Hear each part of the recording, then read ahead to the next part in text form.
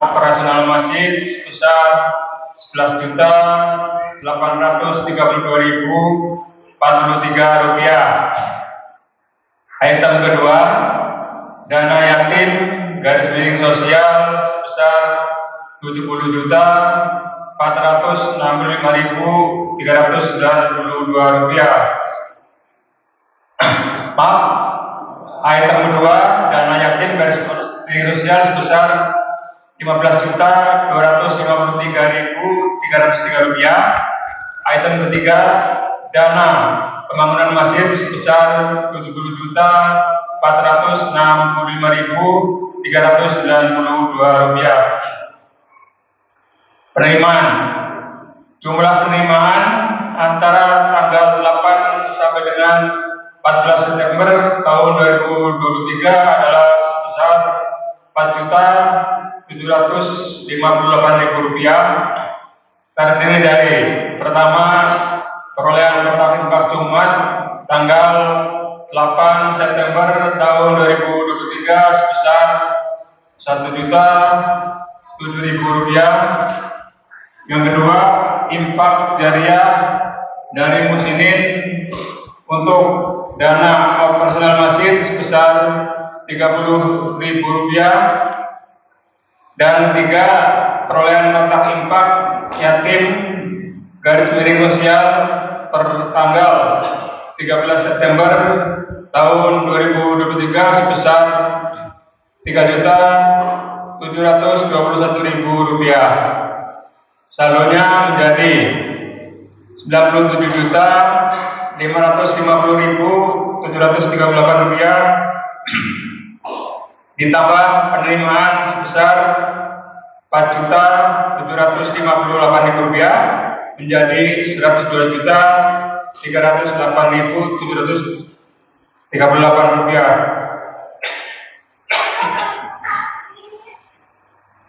Pengeluaran.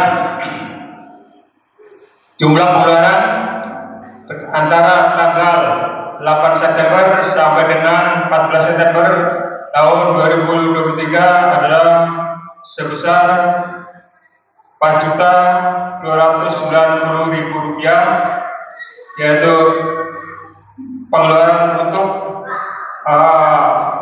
pengajian rutin dan pengeluaran santunan anak yatim bulan September sebanyak 22 anak sebesar 3.500.000 rupiah.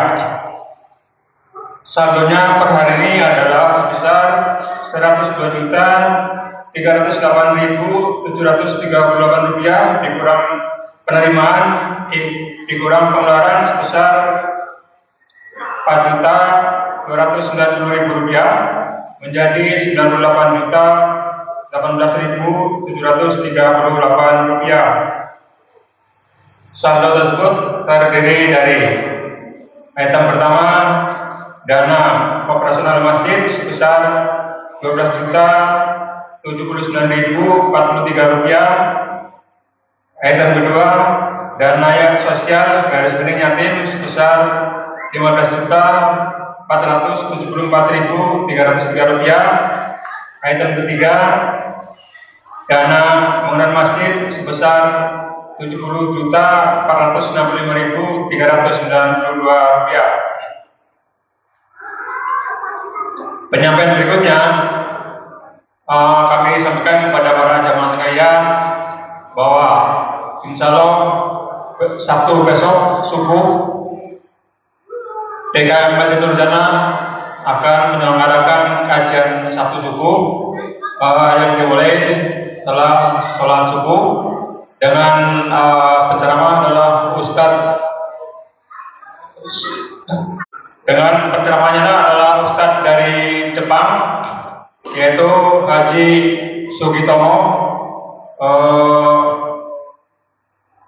Mudah-mudahan bagi para jamaah sekalian yang berkenan untuk mengikuti kajian Sabtu subuh tersebut dipersilakan datang ke Masjid Nurul Jannah. Penyampaian berikutnya untuk anak-anak sekalian yang di belakang, nanti pada saat khotib sedang berkhutbah di atas mimbar dan kita sedang sama-sama melaksanakan sholat Jumat berjamaah. Anak-anak dimohon untuk tidak ribut, tidak berisik, tidak lari sana sini ya. Kita diam sejenak sampai dengan selesai pelaksanaan ibadah sholat Jumat. Nanti setelah selesai semuanya, silakan anak-anak boleh bermain kembali. Demikian penyampaian kami. Marilah kita sama-sama mengikuti kegiatan sholat Jumat. Demikian, wabillahi taufiq wal hidayah. Wassalamualaikum warahmatullahi wabarakatuh.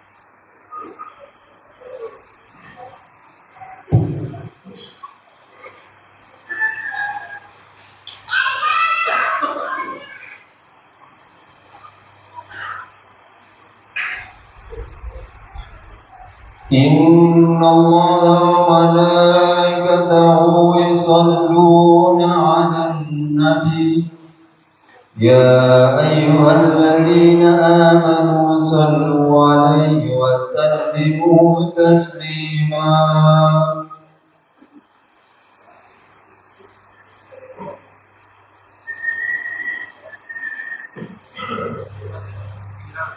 Assalamualaikum warahmatullahi wabarakatuh.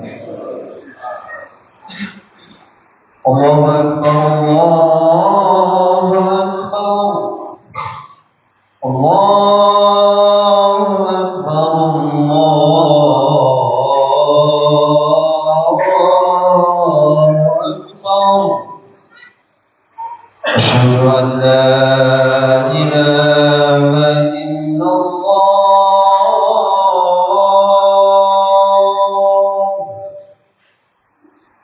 أشهد أن لا إله إلا الله.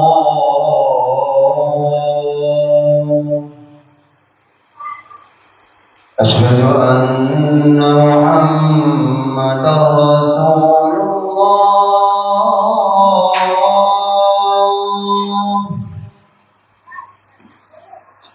أشهد أن محمد رسول الله.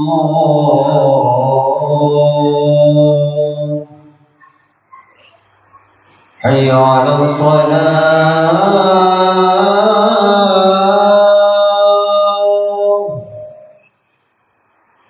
حي على الصلاة،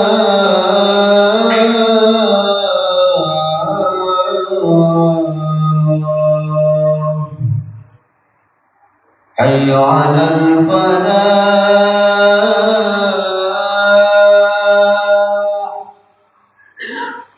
حي على الفلاح.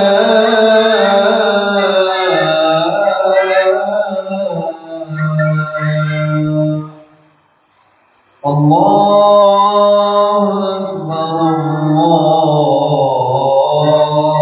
الله أكبر. لا إله إلا الله.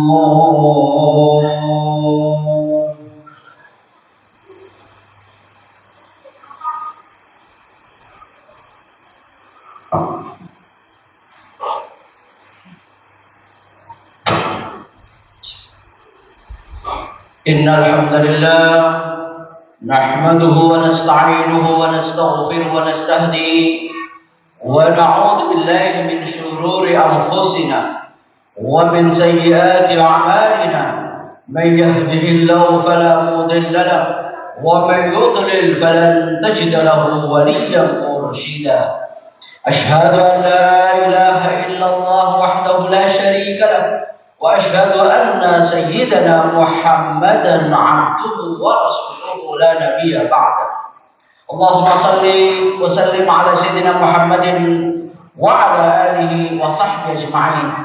قال الله تعالى في القرآن الكريم وهو أصدق القائلين أعوذ بالله من الشيطان الرجيم بسم الله الرحمن الرحيم إنما يخشى الله من عباده العلماء.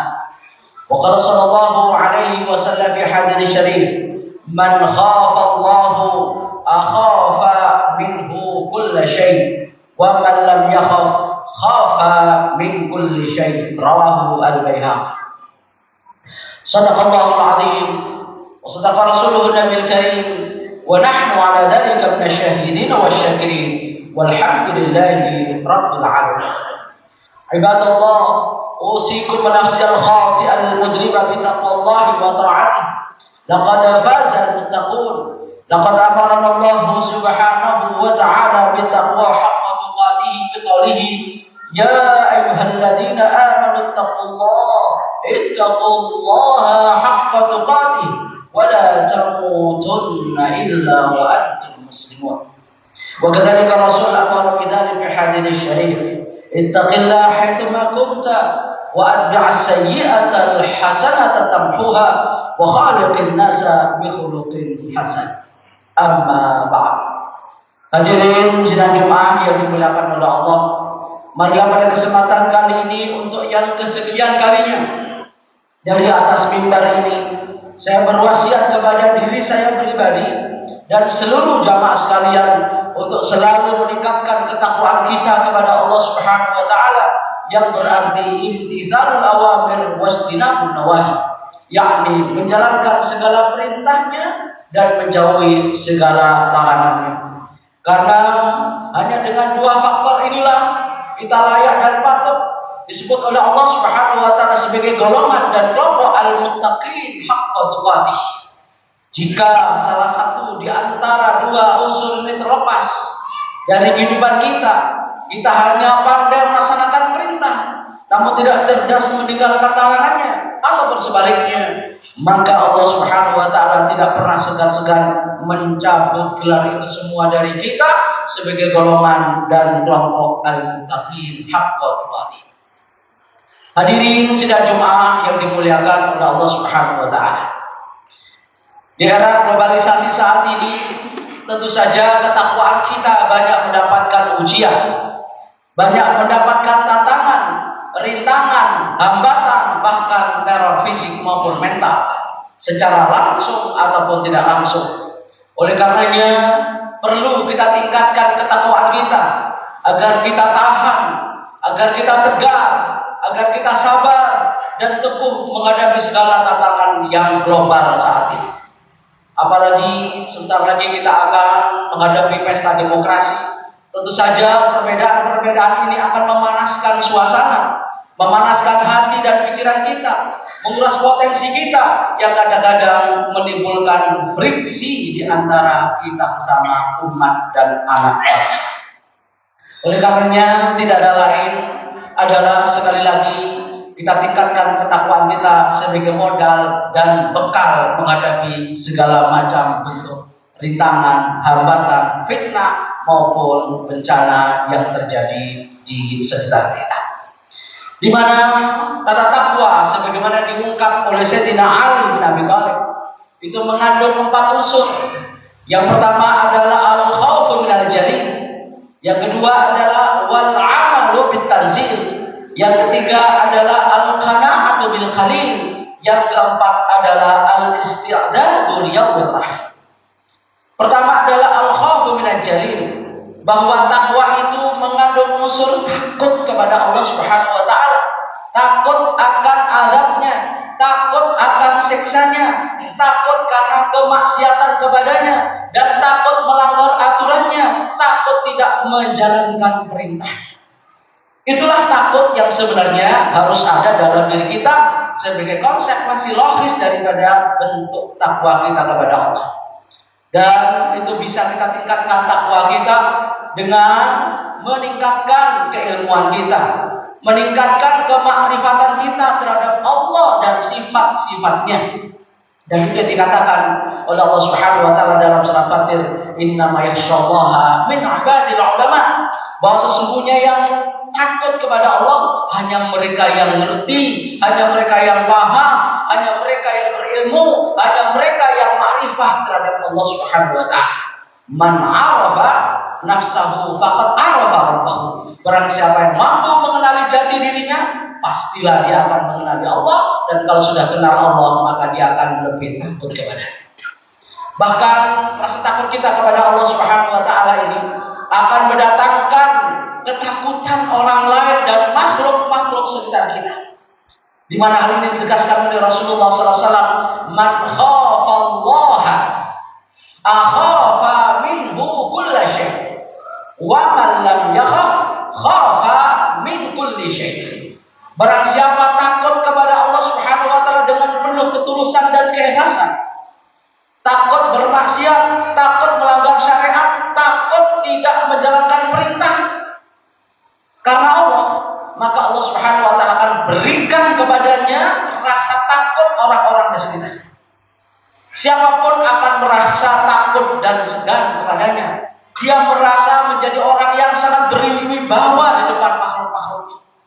Tapi kalau sebaliknya dia sangat pemberani kepada Allah, mudah mendemonstrasikan kemaksiatan di hadapan Allah, maka Allah buat orang ini merasa takut terhadap segala sesuatu. Takut kehidupan, takut melarat, takut tidak punya rezeki, takut posisi, dan segalanya serba ketakutan karena tidak takutnya kepada Allah Subhanahu wa taala terhadap apa-apa yang menjadi larangan dan perintah. Yang kedua adalah wal amalu bit tanzim. Di samping rasa takut, maka kita harus punya konsep dan punya manhaj di dalam beribadah dan bermuamalah ini, yaitu berlandaskan kepada Al-Quran.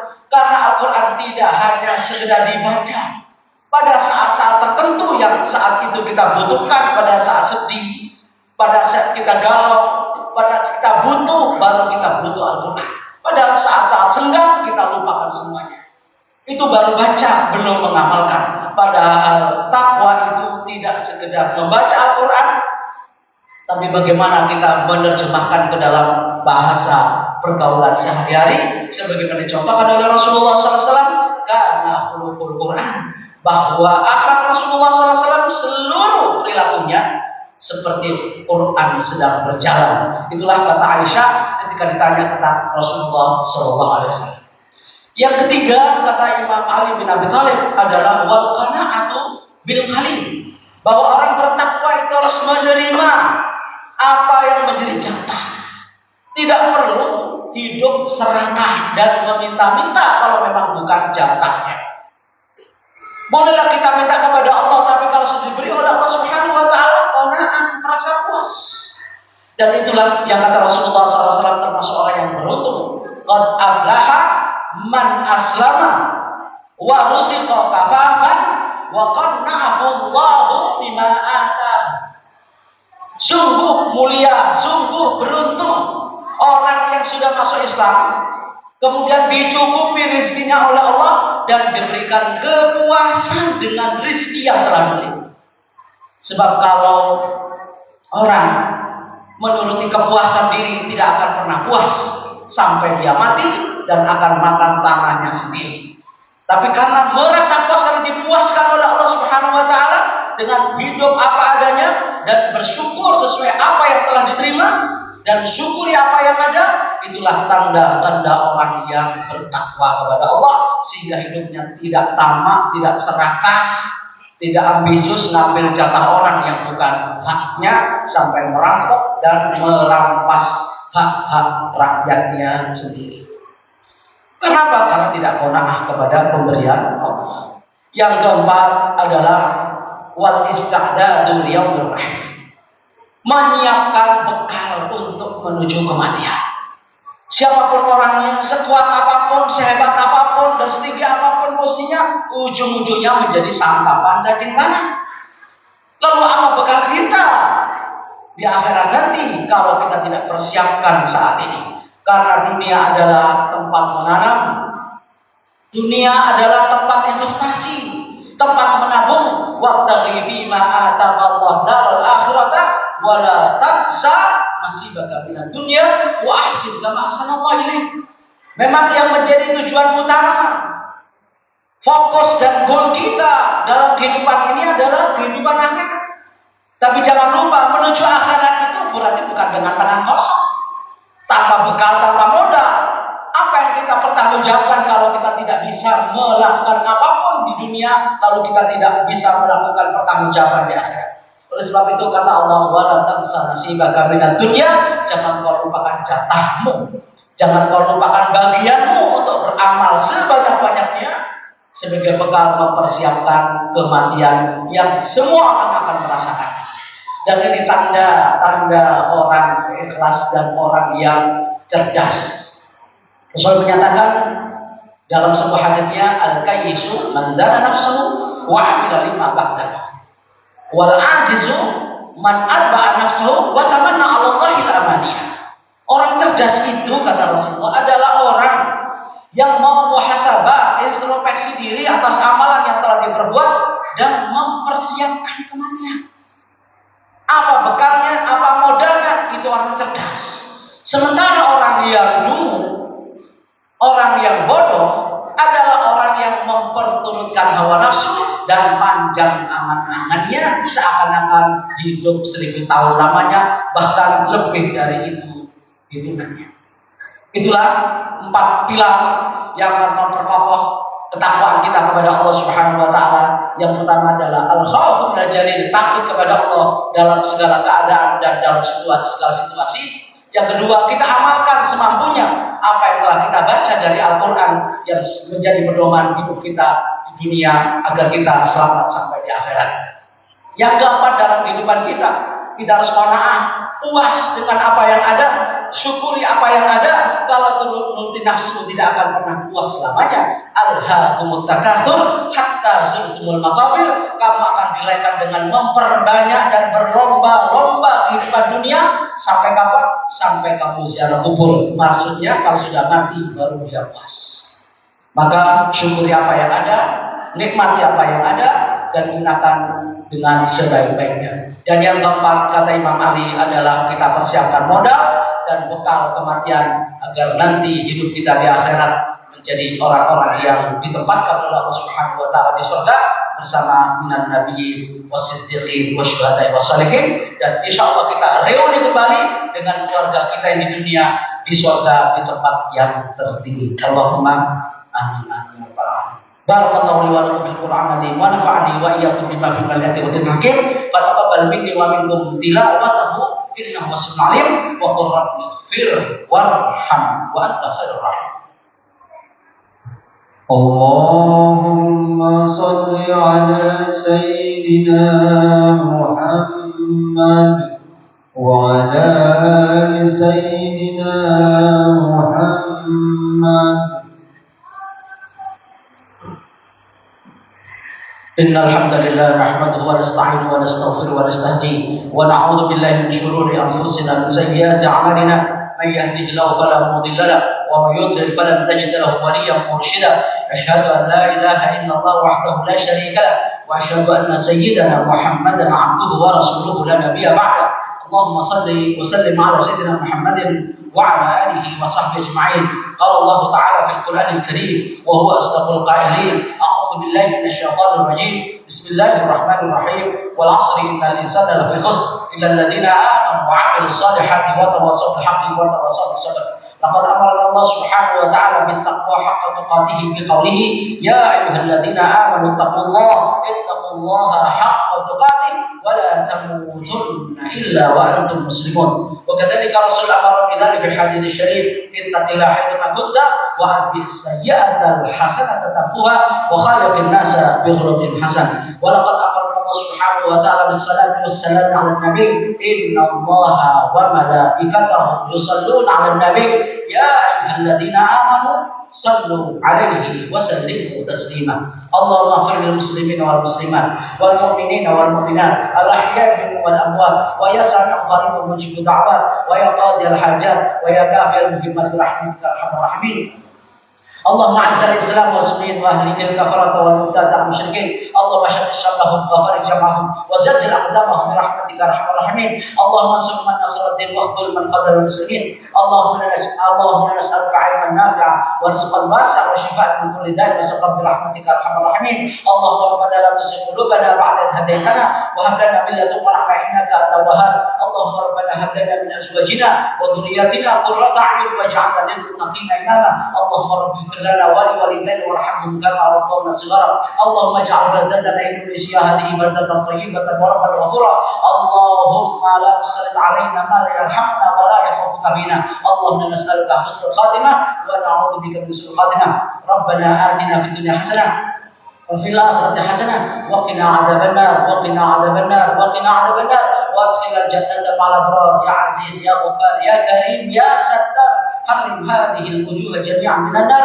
برحمتك يا ارحم الراحمين سبحان ربك رب العزة عما يصفون وسلام على المرسلين والحمد لله رب العالمين. عباد الله ان الله يأمر بالعدل والإحسان وإيتاء ذي القربى وينهى عن الفحشاء والمنكر والبغي يعظكم لعلكم تذكرون فاذكروا يذكركم ولذكر الله أكبر وأقم الصلاة. الله أكبر الله